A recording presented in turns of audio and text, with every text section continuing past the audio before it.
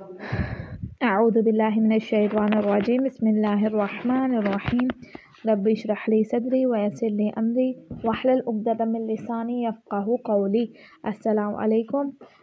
امید ہے آپ سب خیریت سے ہوں گے۔ آج کا ہمارا درس اوقات نماز کے احکام۔ اوقات وقت کی جمع ہے، یعنی تمام نمازوں کا وقت جو ہے اس کے احکام بیان کرنے لگے ہیں۔ سب سے پہلے کہہ رہے ہیں انسان نماز میں اس وقت مشغول ہو سکتا ہے جب اسے یقین ہو جائے کہ وقت داخل ہو گیا ہے، یا دو عادل مرد وقت داخل ہونے کی خبر دیں، بلکہ کسی ایسے شخص کی اذان یا گواہی پر بھی اکتفا کیا جا سکتا ہے جس کے بارے میں مکلف جانتا ہو کہ یہ وقت کا بڑی شدت سے خیال رکھتا ہے، جبکہ اس کی بات پر اطمینان بھی آ جائے۔ ٹھیک ہے، سمپل بات ہے، جب آپ کو پتہ ہے، یقین ہو گیا، اذانیں ہو رہی ہیں، مطلب آپ کو یقین ہے اس بات کا کہ نماز کا وقت داخل ہو گیا ہے، تو آپ نماز پڑھ لیں گے۔ اس کے بعد کہہ رہے ہیں اگر کوئی شخص کسی فردی رکاوٹ مثلاً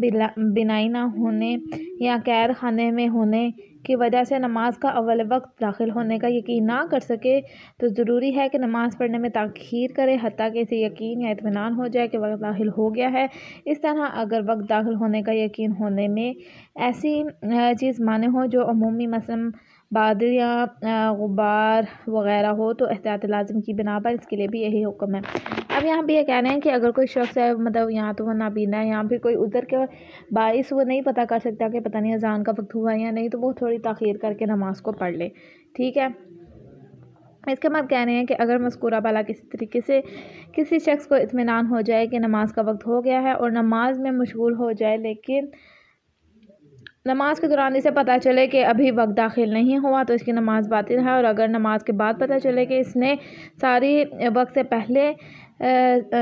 نماز وقت سے پہلے پڑھی ہے تو اس کے لیے بھی یہی حکم ہے۔ ٹھیک ہے، یعنی اس کی نماز کیا ہو جاتی ہے؟ باطل ہو جاتی ہے۔ لیکن اگر نماز کے دوران اسے پتہ چلے کہ وقت داخل ہو گیا ہے، یا نماز کے بعد پتہ چلے کہ نماز پڑھتے وقت داخل ہو گیا تھا تو اس کی نماز صحیح ہے۔ یعنی یہاں پہ یہ پہلے بات یہ کہہ رہے ہیں کہ اگر اسے یقین نہیں تھا اور وہ نماز پڑھ رہا تھا اور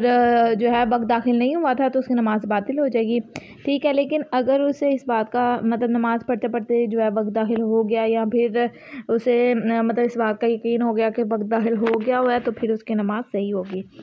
پھر کہہ رہے ہیں اگر کوئی شخص اس امر کی جانب متوجہ نہ ہو کہ وقت کے داخل ہونے کا یقین کر کے نماز میں مشغول ہونا چاہیے، لیکن نماز کے بعد اسے معلوم ہو کہ اس نے ساری نماز وقت میں پڑھی ہے تو اس کی نماز صحیح ہے۔ اور اگر اسے پتہ چل جائے کہ اس نے وقت سے پہلے نماز پڑھی ہے، یا اسے یہ پتہ نہ چلے کہ وقت میں پڑھی ہے یا وقت سے پہلے پڑھی ہے، تو اس کی نماز باطل ہے۔ یعنی یہاں تک اسے اگر یہ یقین ہے کہ وقت میں پڑھی ہے تو پھر ٹھیک ہے، اگر وقت سے پہلے پڑھی ہے، اسے یہ اس بات کا شک ہے یا پھر اسے نہیں ہے یقین، تو پھر اس کی نماز کیا ہو جائے گی؟ باطل ہو جائے گی۔ ٹھیک ہے، اگر کہہ رہے ہیں بلکہ اگر نماز کے بعد پتہ چلے کہ نماز کے دوران وقت داخل ہو گیا تھا تب بھی ضروری ہے کہ نماز کو دوبارہ پڑھے۔ ٹھیک ہے، اس کے بعد کہہ رہے ہیں اگر کسی شخص کو یقین ہو کہ وقت داخل ہو گیا ہے اور نماز پڑھنے لگے، لیکن نماز کے دوران شک کرے کہ وقت داخل ہوا ہے یا نہیں، تو اس کی نماز باطل ہے۔ لیکن اگر نماز کے دوران اسے یقین ہو کہ وقت داخل ہو گیا ہے اور شک کرے کہ جتنی نماز پڑھی ہے وہ وقت میں پڑھی ہے یا نہیں، تو اس کی نماز جو ہے صحیح ہے۔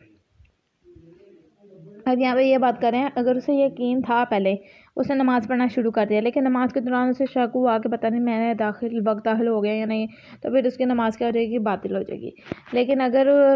جو ہے اسے اس بات کا یقین تھا کہ وقت پہ ہی نماز پڑھ رہا ہے، اور پھر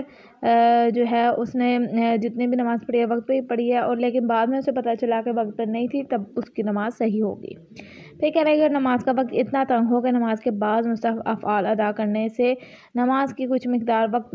کے بعد پڑھنی ہو، تو ضروری ہے کہ وہ مستحب امور چھوڑ دے۔ مثلاً اگر قنوت پڑھنے کی وجہ سے نماز کا کچھ حصہ وقت کے بعد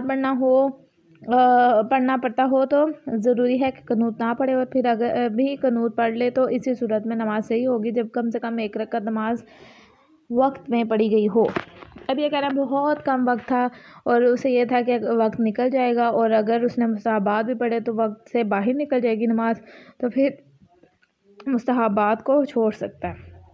پھر کہنا ہے جس شخص کے پاس نماز کی فقط ایک رکعت ادا کرنے کا وقت ہو، اسے چاہیے کہ نماز ادا کی نیت سے پڑھے، البتہ اسے جان بوجھ کر نماز میں اتنی تاخیر نہیں کرنی چاہیے۔ ٹھیک ہے، پھر کہہ رہا ہے جو شخص سفر میں نہ ہو اگر اس کے پاس غروب آفتاب تک 5 رکعت نماز پڑھنے کے اندازے کے مطابق وقت ہو تو اسے چاہیے کہ ظہر اور عصر کی دونوں نمازیں ترتیب سے پڑھے، لیکن اگر اس کے پاس اس سے بھی کم وقت ہو تو ضروری ہے کہ صرف عصر کی نماز پڑھے اور بعد میں ظہر کی نماز قضا کر کے پڑھے۔ اور اسی طرح اگر آدھی رات تک اس کے پاس 5 رکعت پڑھنے کے انداز کے مطابق وقت ہو تو اسے چاہیے کہ مغرب اور عشاء کی نماز ترتیب سے پڑھے، اور وقت اس سے کم ہو تو ضروری ہے کہ صرف عشاء کی نماز پڑھے اور بعد میں ادا اور قضا کی نیت کے بغیر پڑھے۔ اب یہ وہ بات یہاں بھی یہ کر رہے ہیں، 2 باتیں کر رہے ہیں، ٹھیک ہے۔ اگر پہلے میں یہ کہہ رہے ہیں کہ اگر ظہر اور عصر کی نماز پڑھنے میں بہت کم وقت باقی رہ گیا، صرف ایک 5 رکعت وہ پڑھ سکتا ہے، تو پھر وہ کیا کرے گا، پہلے عصر کی نماز پڑھے گا اور بعد میں ظہر کی نماز پڑھے گا۔ لیکن اگر اتنا وقت ہے کہ ظہر اور عصر کی نماز جو عصر کی نماز ہے وہ 1 رکعت بھی پہلے وقت سے پہلے پڑھ سکتا ہے تو پھر دونوں نمازیں پڑھ لے گا۔ اسی طرح مغرب اور عشاء کی بھی یہی بات ہے، ٹھیک ہے۔